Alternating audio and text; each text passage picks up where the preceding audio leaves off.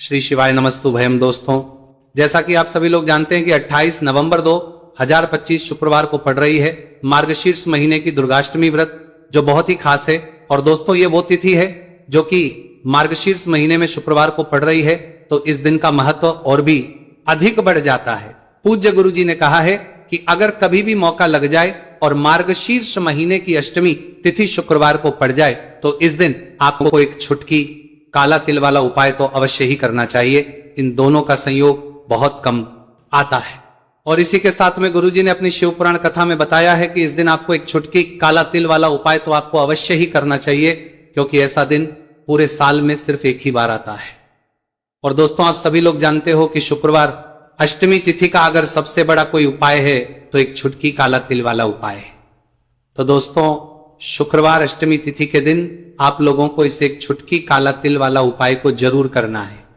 बहुत सारे लोग होंगे जिन लोगों ने इस उपाय को ना किया हो, मतलब पूरा महीना निकल गया, उन्होंने किसी भी दिन इस एक छुटकी काला तिल वाला उपाय को ना किया हो। पर दोस्तों, आपके पास एक आखिरी मौका बचा हुआ है, जो कि 28 नवंबर शुक्रवार अष्टमी तिथि के दिन है। तो इस दिन आप लोगों को इस वाले उपाय को जरूर कर लेना है।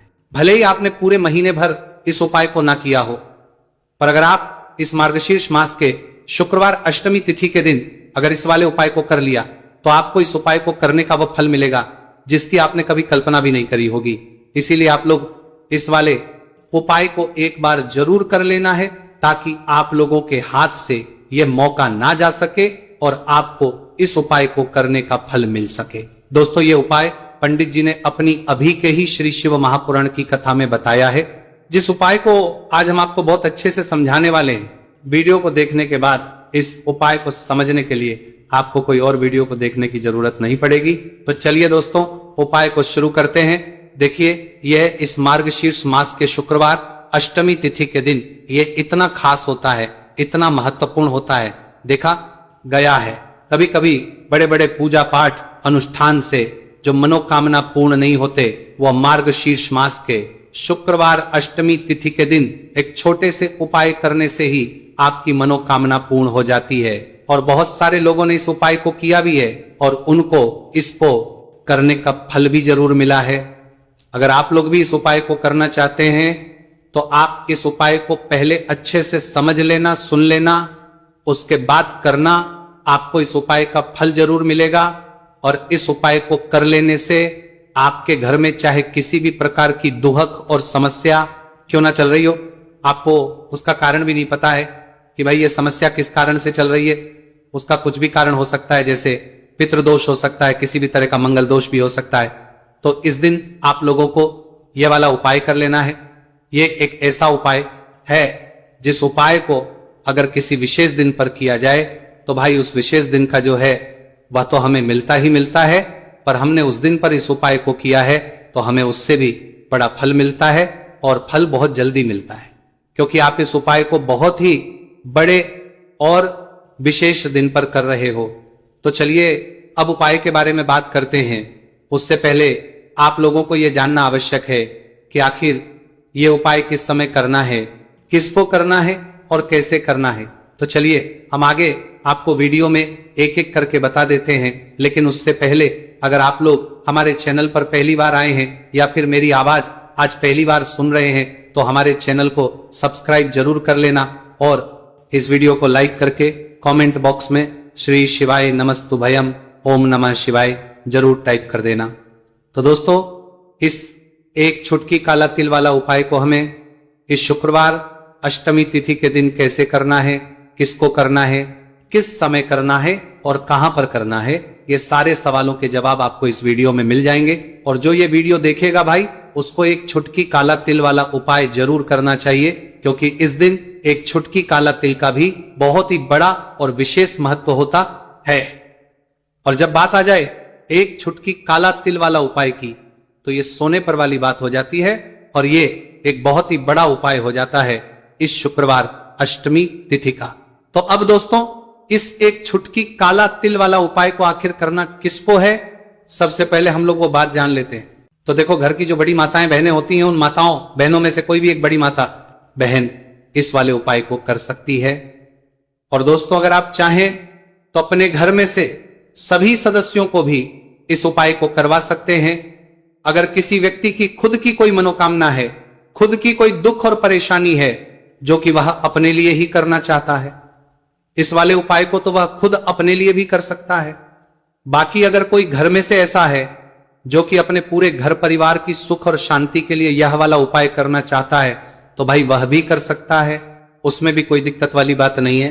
कहने का मतलब यह है कि इस उपाय को हर एक सदस्य भी कर सकता है और पूरे घर परिवार के सदस्य के लिए घर की बड़ी बहनों में से कोई एक माता बहन भी कर सकती है। माताएं बहनें अगर घर में उपस्थित ना हो या वो ये वाला उपाय ना कर पा रही हो, तो फिर घर का कोई बड़ा सदस्य भी इस एक छुटकी काला तिल वाला उपाय को कर सकता है, चाहे फिर वह पुरुष ही क्यों ना हो, उसमें कोई भी दिक्कत वाली बात नहीं है। अब दोस्तों, जो अगला प्रश्न निकल कर आता है वो ये आता है इस उपाय को लेकर के, आखिर इस उपाय को हमें किस समय करना है, सुबह के समय करना है कि शाम के समय करना है। तो देखो, इस वाले उपाय को आप लोग सुबह भी कर सकते हो और शाम के समय प्रदोष काल में भी कर सकते हो।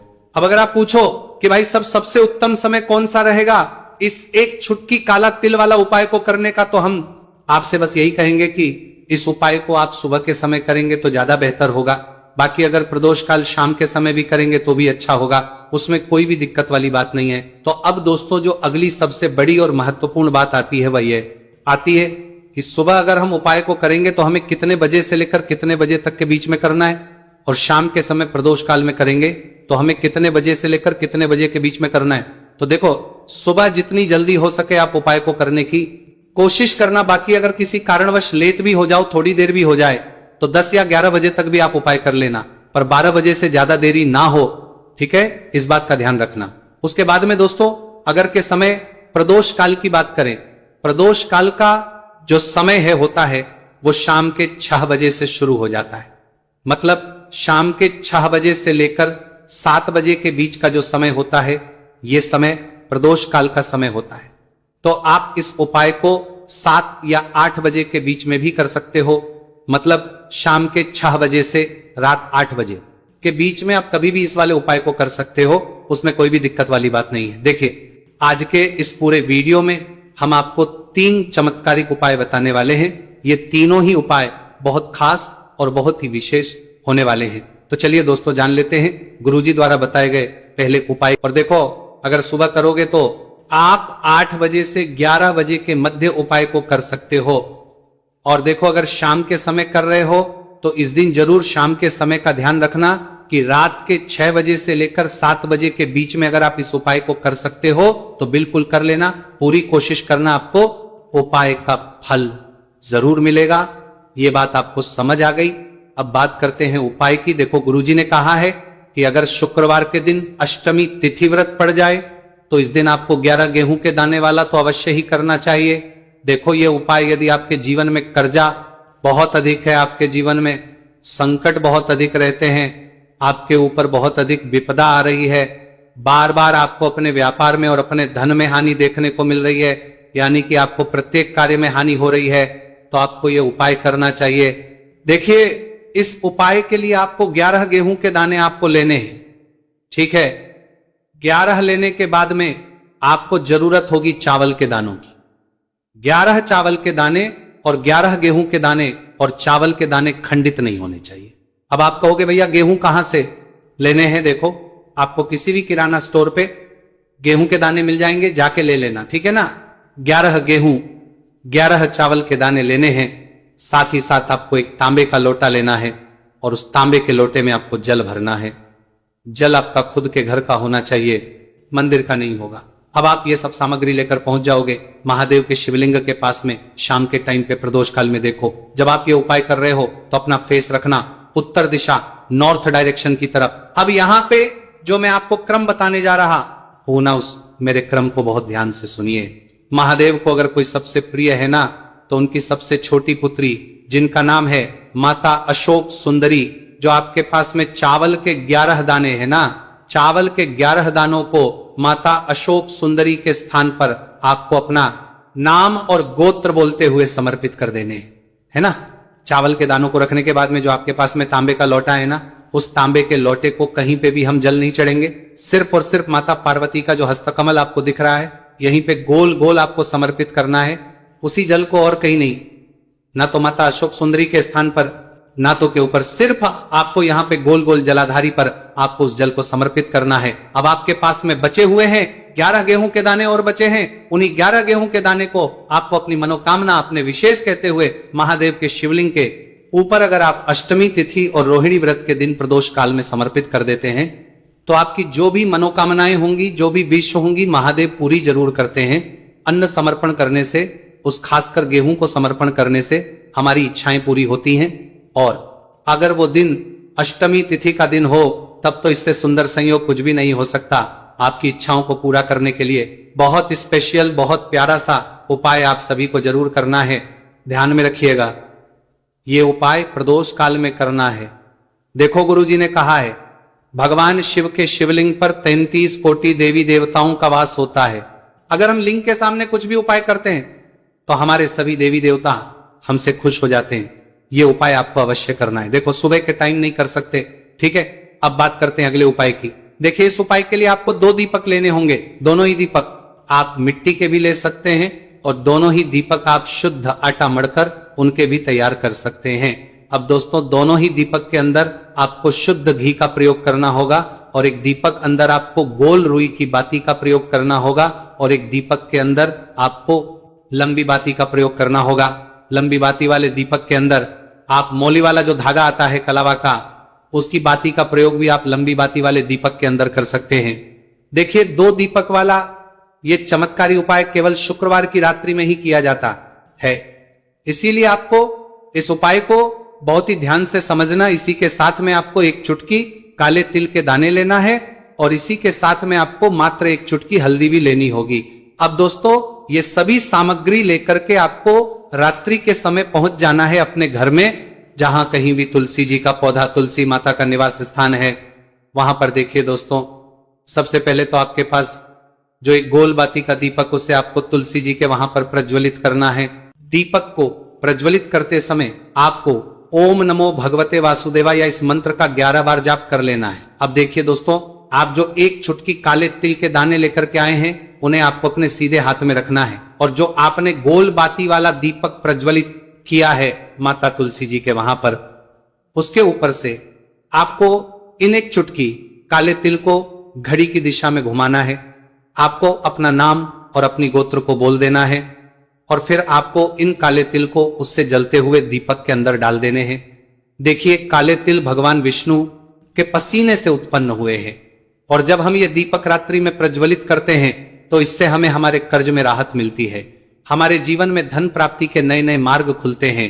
हमारा अगर कोई भी कार्य रुका हुआ है तो वह भी परिपूर्ण होता है। देखिए गोल बाती का जो दीपक है विशेषतर हम माता तुलसी के वहां पर भगवान विष्णु और माता लक्ष्मी के निमित्त प्रज्वलित कर रहे हैं। इस प्रकार से आपको यह दीपक प्रज्वलित कर देना है। अब जो आपके लंबी बाती का दीपक है, 1 चुटकी हल्दी है, तो इससे आपको लेकर के पहुंचना है अपने घर के मंदिर में।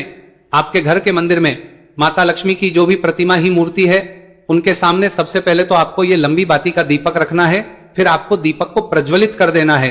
दीपक को प्रज्वलित करते समय आपको महालक्ष्मी इस मंत्र का जाप करते रहना है।